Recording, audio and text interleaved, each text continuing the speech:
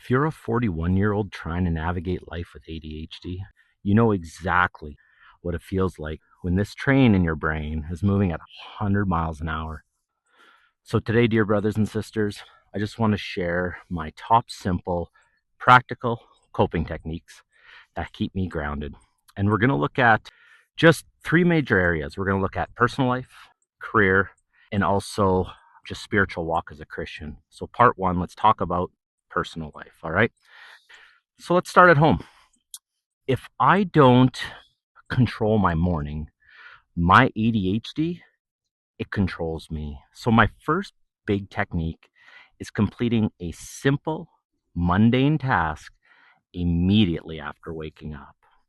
And sometimes I might even do it after breakfast, but for me, I like to do it when I wake up. So, for me personally, making the bed is huge. But for you, it might be something like dishes or vacuuming or sweeping or maybe even mowing the lawn. So you're probably asking, why do I do this? It sounds small, but it just it just gives my brain an immediate signal that I've accomplished something, and it triggers a natural dopamine boost right out of the gate. So that little tiny boost that I get from that kind of levels everything out, and it makes it so I just start the day not on edge, and it keeps kind of just that morning moodiness at bay that we all experience. The second thing I have to do is just take 30 minutes to an hour just for myself on my days off or at the end of the day just to decompress. And I do this obviously at the end of the workday or throughout the day or on the weekends. But for me, it's something as simple as going for a walk, playing my guitar, or even going for a bike ride like I did today. Or honestly, might even just be something like driving uptown to check the mail or wash our car. And here's why this is a non negotiable. It clears our mind, and it just clears the whole slate in your brain. And it lets me just start the next part of my day really with just a clean brain. And if you don't do this, the day stresses, they simply pile up. And you will obviously have an emotional overload. I know I do. And I'll break down mentally. And usually that releases itself in anger or frustration or just me hiding in my room to isolate my thoughts. Why though? Well, because nobody stopped the train in my brain that's been moving all day at a very high rate. And you have to stop the train up here.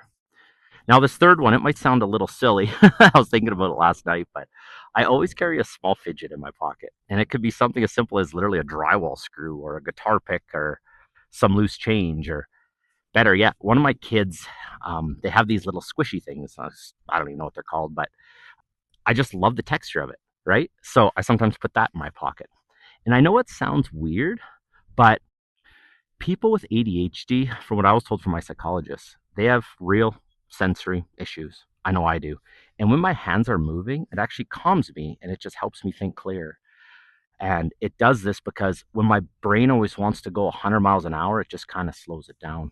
I'll share a quick story. It reminds me of back when I was selling used cars in my early 20s. My boss at the time, who was also a Christian, by the way, he told me, he's like, hey, put a pen in your hand and just play with it when you're talking to customers, because I was always moving and always fidgeting. So he's like, here.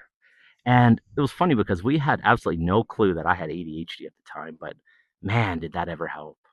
And what it did is it provided that sensory calming. So the train in my brain would just slow down enough for me to keep a conversation going without losing focus or just getting totally sidetracked. Next thing we're going to talk about just careers and work life. So now let's talk about the workplace, all right? Because the ADHD brain at work can easily get paralyzed by being overwhelmed. I have battled this immensely. And my number one rule here is to-do lists, specifically using Microsoft Outlook if you work on a computer. I put all my tasks on for the day, and then as I complete them, I go in and hit a little note and delete them. Why do I do this?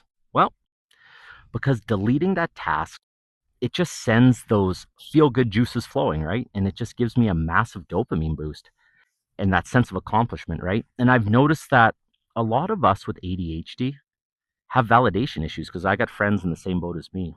And I know I do. And Seeing those tasks disappear just give me that instant sense of accomplishment. And for me personally, it's a total game changer, and maybe that'll help you as well. So, secondly, what you need to do is you need to find a vent partner. So, this is someone you trust completely.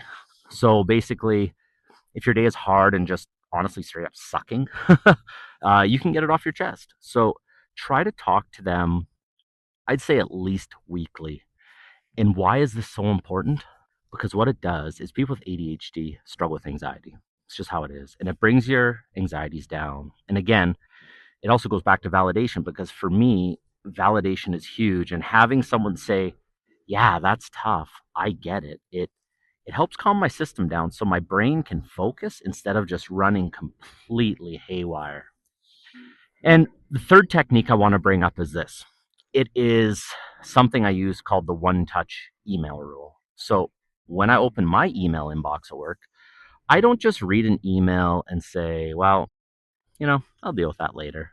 No, I force myself to make an immediate decision right then and there. I either do it right away, as long as it takes under 2 minutes, right? It's got to be quick, or I'll delete it, or I'll immediately schedule it onto my Outlook calendar and onto that task list, and then I'll just close it. Because if you have ADHD, decision fatigue is real, and leaving emails sitting there means your brain is trying to, I guess, track those open loops all day long, which starts to just feed into that anxiety more and more.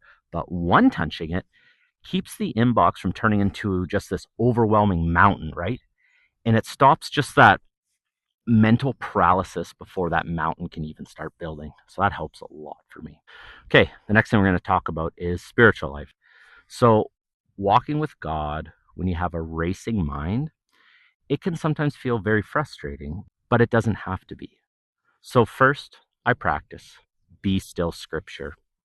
And I do this by anchoring it. So instead of trying to read massive chapters when my mind is just kind of bouncing around, I take one short verse for the week and just keep it visible. So when the brain starts just kind of racing, I stop and just repeat that one verse. And an example could be, let's take Psalm 46:10. Be still and know that I am God.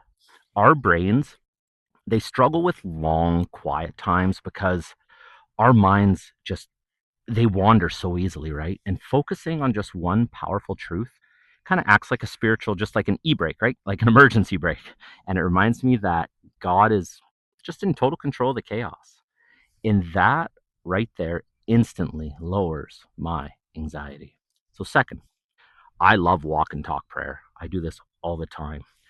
I don't force myself to sit perfectly still in a chair to pray if my body is just kind of fighting it, right? So I take my prayer time on the move. So I've paced around my office downstairs before, or I'll go for a walk around the pond at the edge of our town where we live, or I'll even walk down the street and just pray in my head. And sometimes it's just like playing with a guitar pick or mowing the lawn, right? It's engaging my physical body, and it actually frees up my mind to focus on God. And it turns prayer time basically from a frustrating struggle into just a natural, calming conversation. And lastly, I practice, and I've just started recently doing this thing. I'll call it the Sunday grace reset. So I intentionally use my time at church or Sunday worship to just lay down the guilt of the past week's ADHD slip ups and just rest. So the forgotten tasks, or the moments I got frustrated, or the times that I just lost focus completely. Because of those validation and rejection issues, we carry a lot of just hidden shame for not being perfect, right? So, reminding myself of God's grace, knowing that I am fearfully and I'm wonderfully made just like you are, and it lets clear just my spiritual slate, per se, so I can start the next week fresh. So, taking that downtime and giving it all to God is absolutely a critical component, especially if you've had a really, really hard week. So look, living with ADHD at 41, it's not about fixing your brain so it acts like everyone else's, because I think we try to do that sometimes, but it's about finding these small, simple rhythms, whether it's making your bed, or like I said, I love to carry a guitar pick, or deleting an Outlook task, or talking to God on a walk like we just talked about. It just helps slow that training your brain down. So if you have ADHD, I want to hear from you because I didn't realize this many people struggle with this. Let me know, like, if you have a simple technique or something that you do that I might not, that might help me or help others. Leave it in the comments below. I love reading the comments, and it really helps our family here online. So, anyways, I just want to say that if this video helped you, feel free to share it with others or hit that like button or subscribe if you haven't already. But most importantly, above all that, as I close, and I love finishing with this, I want to encourage you just to take heart, to stand firm, and finish well, dear brothers and sisters. God bless you all and have an amazing rest of your day.